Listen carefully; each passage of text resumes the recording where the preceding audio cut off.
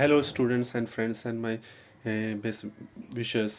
तो आज हम लोग का 3 फरवरी मिलन उत्सव में थर्ड डे है। तो लेट्स जिनको करियर स्टॉल में यूनिक क्लासेस का आना है, तो हमारा 140 में करियर स्टॉल लगा है।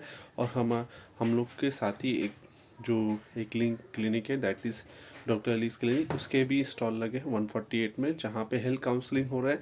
और आपका 140 नंबर करियर स्टॉल में जिसमें करियर काउंसलिंग हो रहे हैं, नीट जेई और साइंस में आप क्या क्या कर सकते हैं फ्रॉम क्लास 8 9 10 11 12, क्या प्लान होना चाहिए कि आप अपना dream course dream career opt कर सकते हैं।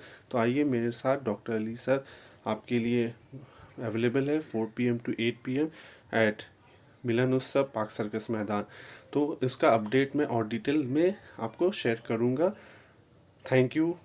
ज़्यादा से ज़्यादा अपडेट पाने के लिए आप इस चैनल को सब्सक्राइब कर लें और इसे लाइक कर दें। Thank you.